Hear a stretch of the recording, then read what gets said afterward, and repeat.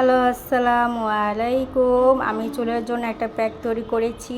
তো এটার উপকরণটা আমি বলছি যে এটা উপকরণ কি, আর এটার মধ্যে আমি কি কি দিয়েছি সেগুলো বলছি। তো এটার মধ্যে আমি দিয়েছি মেথি, কালিজিরা, লেবুর রস, পেঁয়াজ বাটা, অ্যালোভেরা এবং মেহেদি।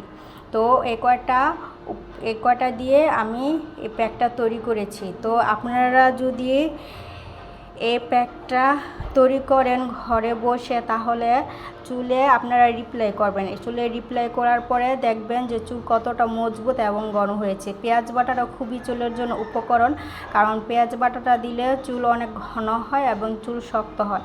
তো আপনারা এই উপকরণটা বাসায় বসে নিজে তৈরি করে এটা দিতে পারেন।